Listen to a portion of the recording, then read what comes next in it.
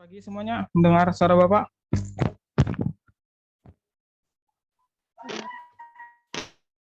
Selamat pagi.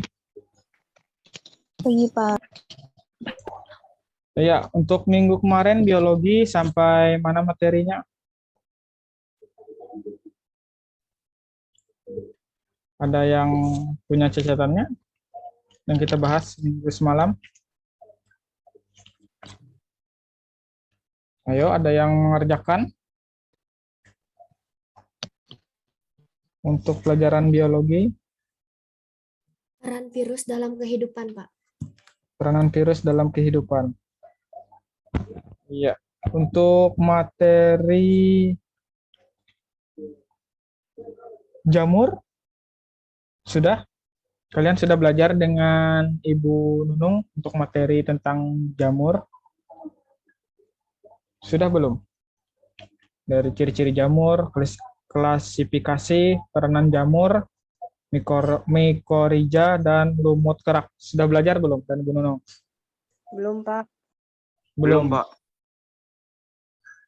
Ya, jadi kalian bisa tidak membuat Google Drive itu untuk berbagi, satu Google Drive untuk berbagi itu bisa tidak kalian membuat? Dari Ibu Nunungnya itu ada tugas lah di GCR yang setiap minggu itu yang harus kalian kirim, yang tiap minggu harus kalian kirim, ada tidak? Ya, kalian ada yang bisa jawab? Ada tidak Ibu Nunungnya? Enggak ada, Pak. Oh, tidak ada. Nah, jadi saran Bapak, kalian itu satu kelas misalnya itu harus ada yang namanya ketua kelas, yang misalnya Google Drive-nya itu kasih satu folder itu untuk berbagi. Jadi tugas kalian misalnya dengan Ibu Nunung misalnya untuk satu minggu itu kalian kumpul di situ, nanti kalian share eh, folder Google Drive-nya itu ke Ibu Nunung. Jadi Ibu Nunung tahu, oh ternyata kalian dalam pertemuan ini mengerjakan ini, mengerjakan ini, mengerjakan ini.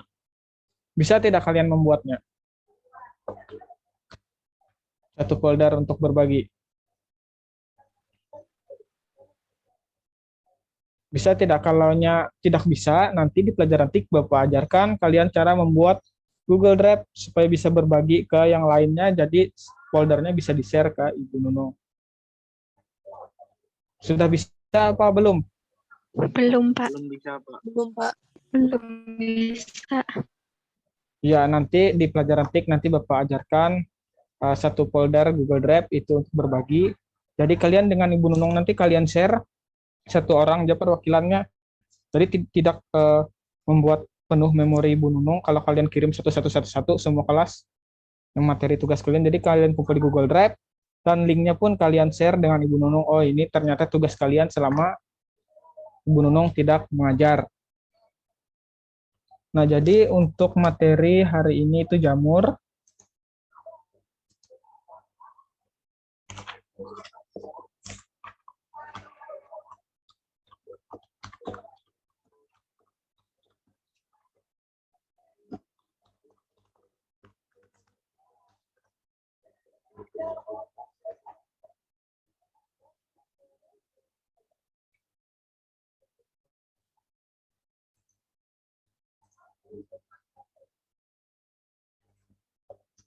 Ya, jadi di sini Bapak dapat materinya tentang klasifikasi pengelompokan jamur.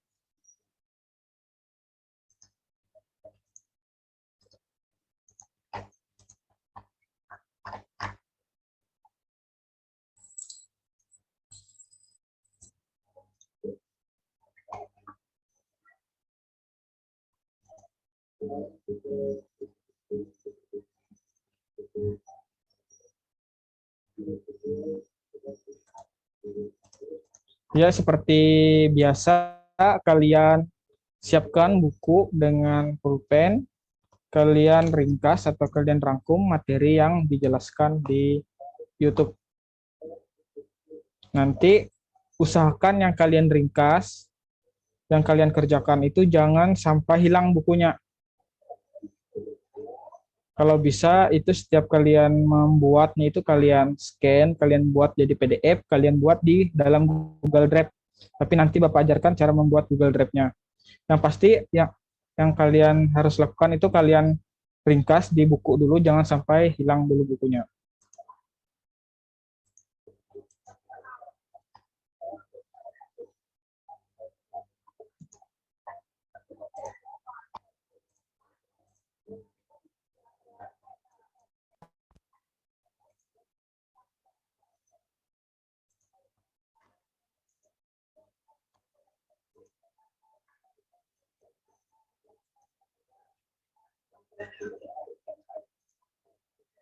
yakni untuk klasifikasi untuk belajar ya. Nah, kali ini kita akan membahas Bapak tanya untuk video di YouTube-nya kedengaran tidak? Kedengaran, Pak. Kedengaran. materi mengenai Kedengaran berarti lah. Tinggi. Ya, silahkan kalian ringkas di buku kalian materi-materinya. Yang penting itu kalian catat.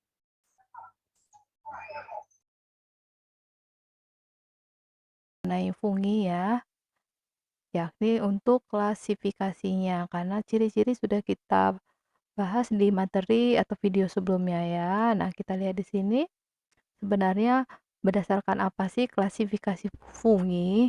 Nah, ternyata klasifikasi tersebut berdasarkan cara reproduksinya ya adik-adik, nanti secara aseksual dan secara seksual berbagai ada 4 kelas klasifikasi jamur ini akan memberikan ciri yang khusus ya.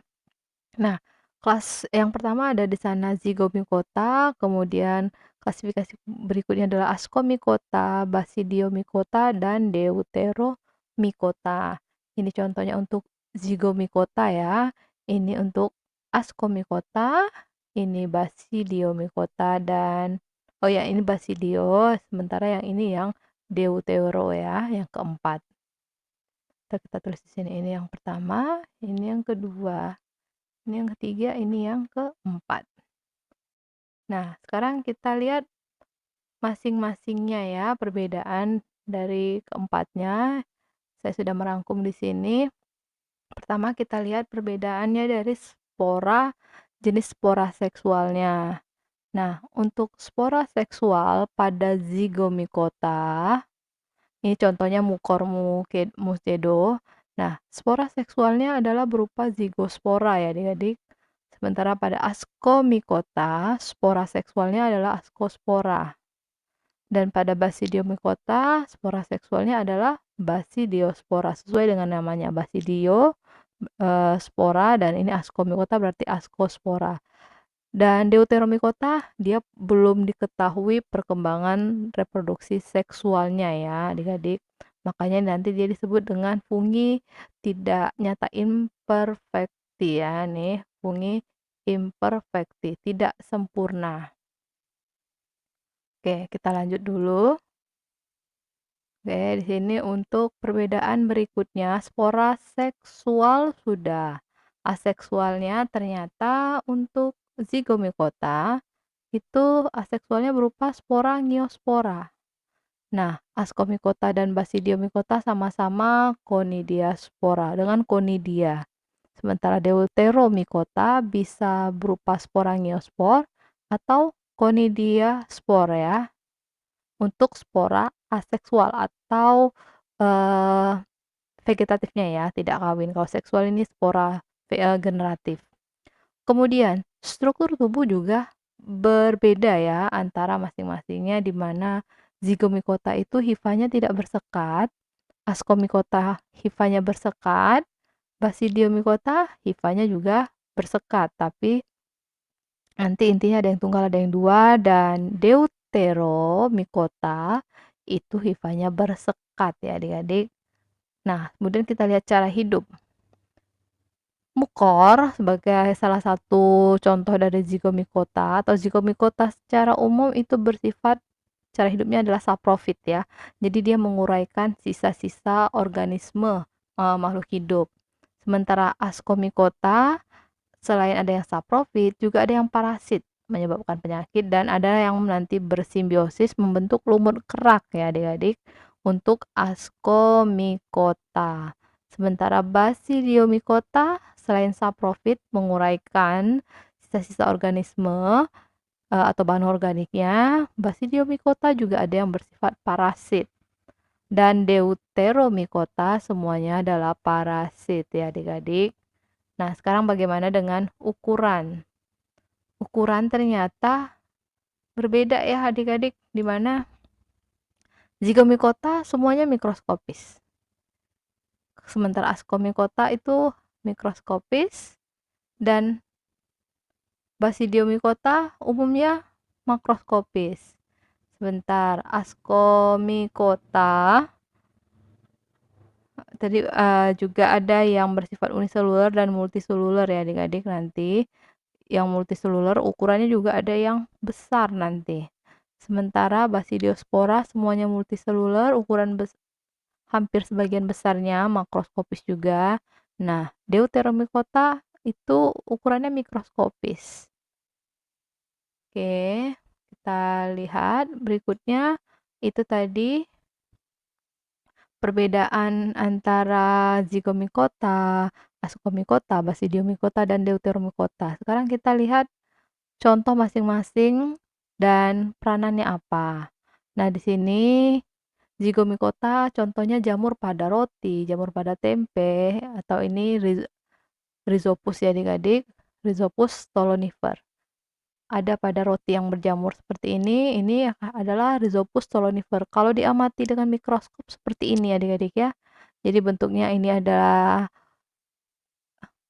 ini tangkai spora, spora niofor, ini kotak sporanya, di mana spora ada yang warna hitam di dalam ini karena udah mateng.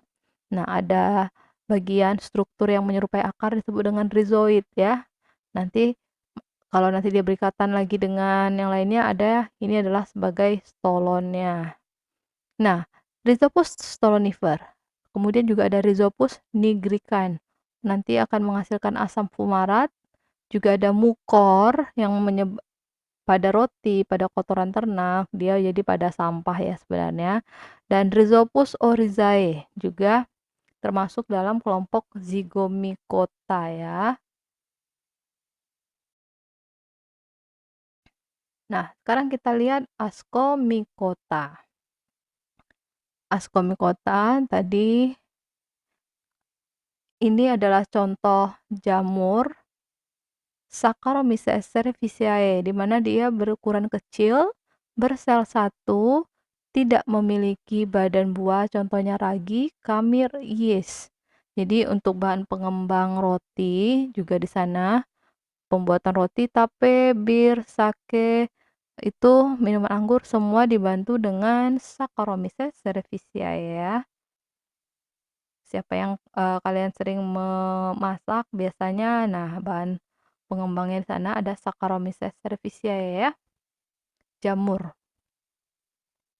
Kemudian kita lihat di sini penicillium. Nanti untuk membuat antibiotik penicillium, di sana ada Penicillium notatum, ada juga Chrysogenum. Ini tapi sama-sama untuk membuat antibiotik ya. Oke, sekarang kita lihat selain itu untuk ada lagi yang berperan dalam pembuatan keju ya. Keju menjadi harum, aromanya enak karena ada Penicillium roqueforti ya. Ini dia. Dan ada Penicillium camemberti. Seperti ini. Sama-sama untuk pembuatan keju ya, mengharumkan keju. Nah, ini masih pada Ascomycota ada jamur yang disebut dengan Aspergillus oryzae adik-adik ya. Ini juga membuat adonan roti untuk menjadi lebih empuk karena ada enzim protease di sana. Nah, ini dia ya. Sementara Aspergillus wentii ini tadi dalam pembuatan sake, kecap, tauco, asam sitrat, penghasil enzim protease. Aspergillus niger seperti ini spora yang sudah matang. Nah, ini dia berperan dalam menghilangkan O2 dari sari buah. Oke.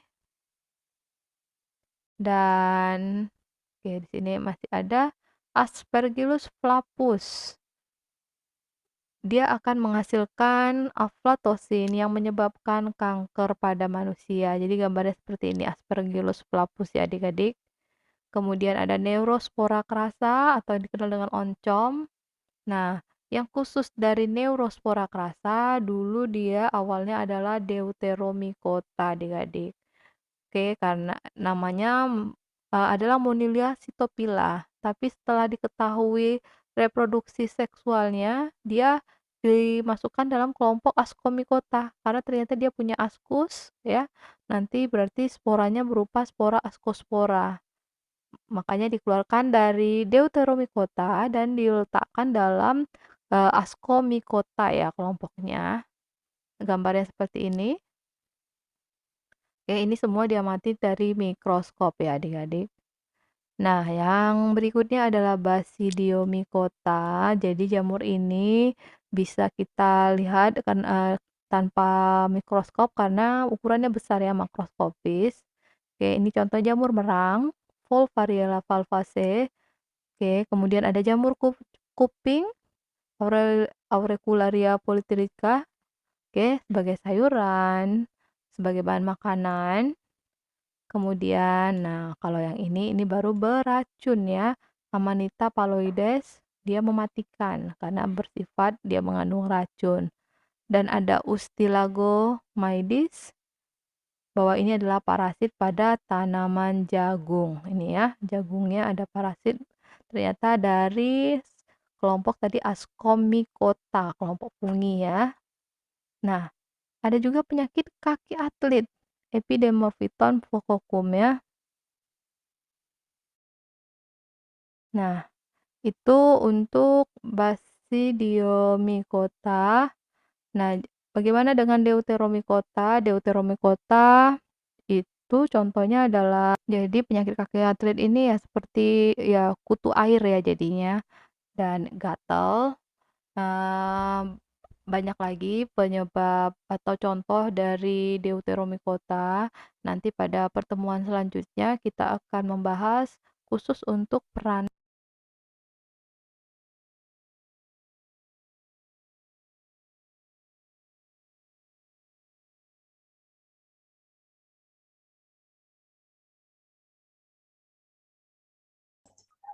Ya, untuk materi yang tadi itu perlu diulang lagi atau kita lanjut ke materi yang berikutnya.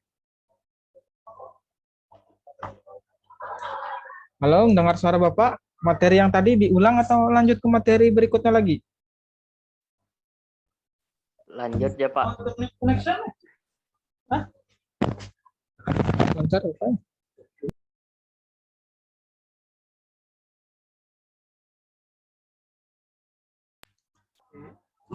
Berarti kita lanjut ke materi berikutnya, itu tentang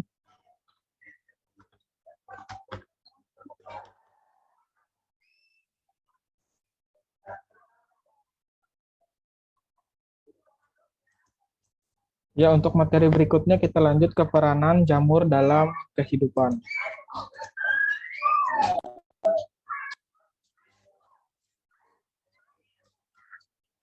Untuk peranan jamur dalam kehidupan, kita coba buka yang ini.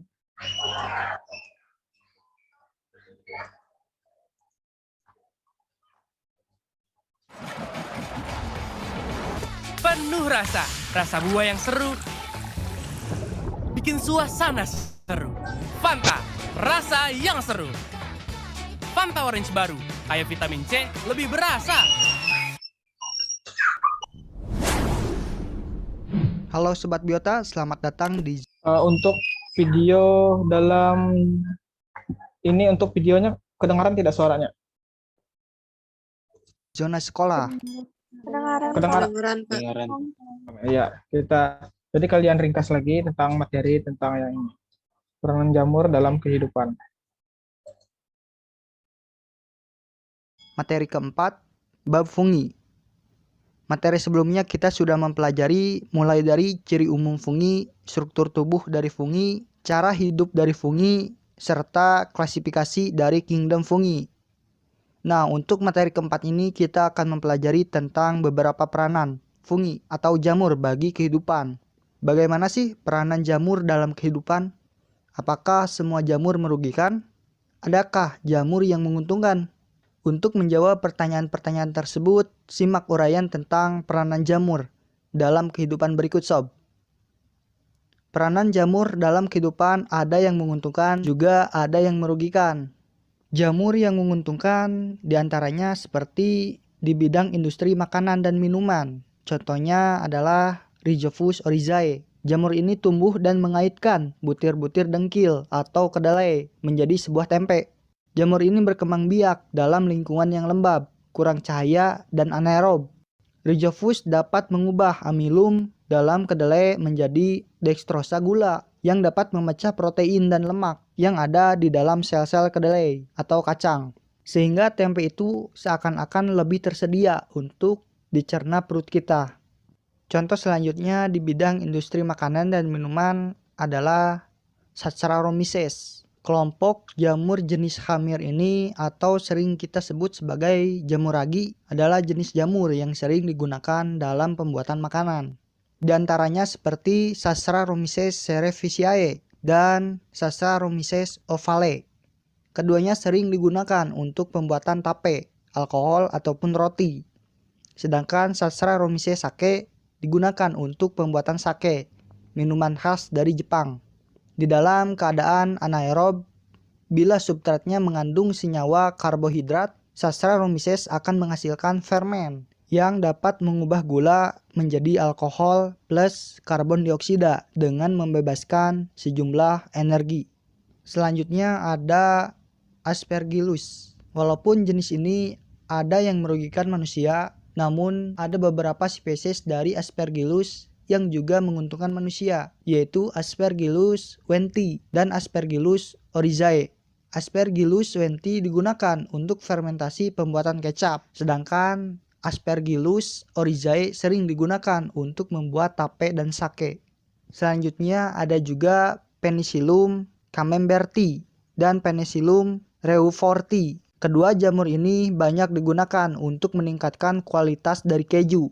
Jamur ini dapat menurunkan kadar kasein yang sering terdapat dalam keju. Dengan menurunnya kadar kasein ini, keju lebih harum sehingga kualitasnya akan lebih baik. Selanjutnya Volvariella volvacea atau sebagian menyebutnya jamur merang. Jamur jenis ini yang paling terkenal di Indonesia dan telah banyak orang yang mengusahakan pembudidayaannya. Jamur jenis ini mengandung lemak dan glikogen sehingga dapat dimasak untuk kita makan. Jamur jenis lain yang juga enak untuk kita makan seperti jamur kuping, jamur tiram, jamur morel, dan lain sebagainya. Banyak ya. Selain di bidang makanan dan minuman, jamur juga bermanfaat di bidang industri. Seperti Rhizophus nigricans merupakan jenis jamur yang dapat digunakan untuk produksi asam fumarat. Sedangkan Rhizophus nodosus dapat digunakan untuk produksi asam laktat. Jamur juga bermanfaat di bidang kedokteran, yaitu sebagai penghasil antibiotik. Alexander Fleming adalah orang pertama yang mengetahui khasiat dari penicillin, yaitu zat antibiotik yang dihasilkan oleh jamur jenis Penicillium notatum dan Penicillium chrysogenum. Namun demikian, obat antibiotik tersebut baru dikembangkan secara besar-besaran setelah Perang Dunia Kedua. Jamur ini dapat tumbuh di mana-mana, terutama pada buah yang telah renum dan tampak sebagian noda hijau atau biru. Di dalam bidang pertanian juga jamur sangat berfungsi, yaitu sebagai pengurai. Jamur-jamur sapropit akan menghancurkan kayu atau daun-daunan sekitar sehingga menjadi mineral kembali. Nah, ini akan berfungsi untuk menyuburkan tanah sekitar dan akan bagus untuk tanaman para petani. Selain menguntungkan, jamur juga ada yang merugikan. Tapi sebelum itu, for your information sob, channel ini memiliki binatang zona traveling. Bagi kami untuk berkembang, harus subscribe pada tubuh manusia sendiri ataupun parasit pada tanaman budidayanya, sehingga tanaman tersebut menjadi rusak. Contoh jamur yang parasit pada manusia seperti Aspergillus nidulans dan Aspergillus niger adalah jenis jamur yang sering hidup pada saluran telinga. dan menimbulkan penyakit telinga yang dikenal sebagai otomikos. Di samping itu juga jamur golongan Deuteromyces sering menimbulkan penyakit kulit yang disebut sebagai penyakit dermatomikos. Jamur juga bisa bersifat parasit pada hewan. Jamur yang parasit pada hewan contohnya adalah Aspergillus fumigatus. Jamur ini hidup dan menimbulkan penyakit paru-paru burung. Secara umum penyakit infeksi karena Aspergillus dikenal dengan nama Aspergillosis. Sedangkan jamur yang parasit pada tanaman budidaya contohnya seperti Phytophthora infestans dikenal sebagai jamur lanas yang parasit pada tanaman kentang. Jamur ini menyebabkan busuk pada pucuk atau daun-daun tanaman kentang. Nah, jamur pembusukan makanan juga seringkali merugikan kita. Jenis jamur kapang seperti Mucor dan Rhizophus dapat menyebabkan pembusukan pada makanan. Mungkin hanya itu yang bisa saya sampaikan di materi keempat, bab fungi ini. Tentunya masih banyak lagi peranan fungi bagi kehidupan manusia ya. Semoga apa yang saya jelaskan bisa dimengerti dan hidup bagi sobat biota semua. Jangan lupa juga pelajari dan tonton video edukasi lainnya. Jadi see you next video sob.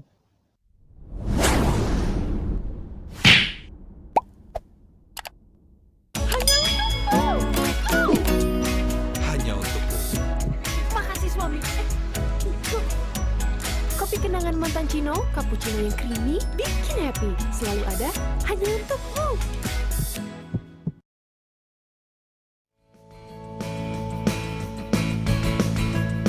Ya, dan masih tetap semangat ya untuk belajar. Nah, kali ini kita akan membahas Assalamualaikum mengenai warahmatullahi peranan jamur atau wabarakatuh. fungi. Jumpa lagi dengan Ibu Nurhayati dalam pembelajaran biologi.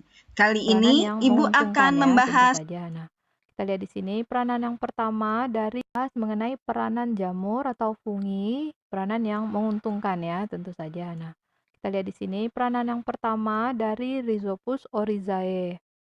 Oke. Nah, Rhizopus oryzae ini dari divisi Zygomicota berperan dalam pembuatan tempe ya. Ini bentuk funginya. Nah, ini produknya. Rhizopus nanti dapat mengubah amilum menjadi gula dan juga memecah protein serta lemak. Oke, karena dia memiliki enzim untuk dapat mengubah amilum maupun protein dan lemak. Nah, peranan yang kedua, kita lihat di sini ada tape, ada roti. Nah, ini produk tersebut dibantu oleh Saccharomyces cerevisiae, oke, dari divisi Ascomycota. Nah, tidak hanya tadi tape, kemudian roti, tapi juga alkohol, bahkan sake itu proses pembuatannya tidak lepas dari Saccharomyces cerevisiae. Ini jamur yang bersel satu ya untuk Saccharomyces. Nah, peranan yang berikutnya adalah dari Aspergillus oryzae, masih divisi Ascomycota. Ini berperan dalam melunakkan atau membuat adonan roti ini menjadi empuk. Nah, masih kelompok Aspergillus Ascomycota ya. Kita lihat struktur funginya seperti itu. Nah, berikutnya peranan yang keempat dalam pembuatan kecap, tauco, bahkan juga sake dari divisi Ascomycota Aspergillus wentii ya, yang akan membantu proses pembuatan kecap, tauco, dan sake. Peranan kelima, Aspergillus niger, nah, akan membantu dalam produksi asam sitrat, serta membantu menjernihkan sari buah. Nah, kalau kita lihat asam sitrat sendiri, seperti ini, tentu saja bersifat asam ya, asam sitrat. Nah, menambahkan rasa pada makanan. Bisa memperkuat rasa, lebih enak ya, atau bisa juga dalam proses pengawetan makanan. Juga dalam sehari-hari juga bisa untuk membersihkan sebenarnya, membersihkan lantai dan sebagainya untuk asam sitrat.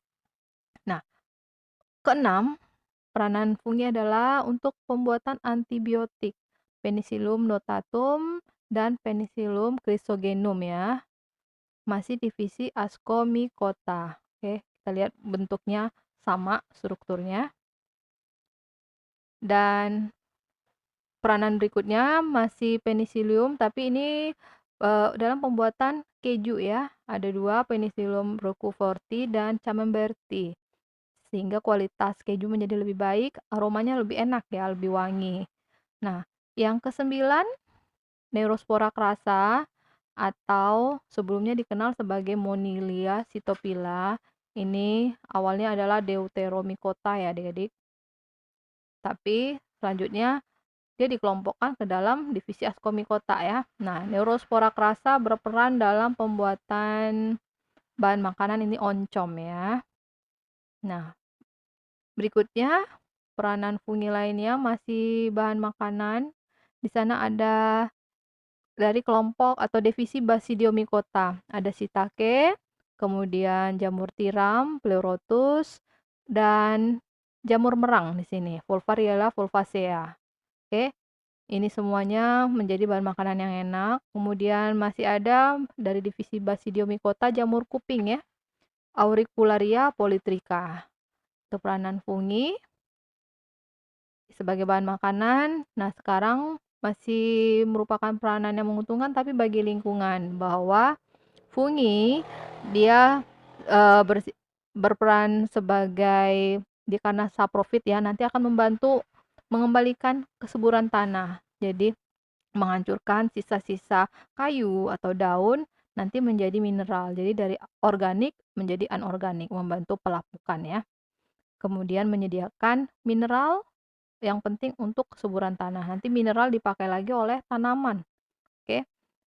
Peranan yang terakhir masih terhadap lingkungan ya. Di sana bahwa nanti jamur akan bersimbiosis dengan tumbuhan lain, organisme lain, nanti membentuk mikoriza. Mikoriza ini adalah struktur yang berperan dalam suplai hara bagi tanaman nanti ya. Oke, itu tadi peranan fungi sebagai bahan makanan, juga obat-obatan, juga berperan dalam lingkungan ya adik-adik. Nanti peranan yang merugikan kita bahas pada video berikutnya. Semoga kalian paham dan kita bertemu pada materi selanjutnya adik-adik. Salam.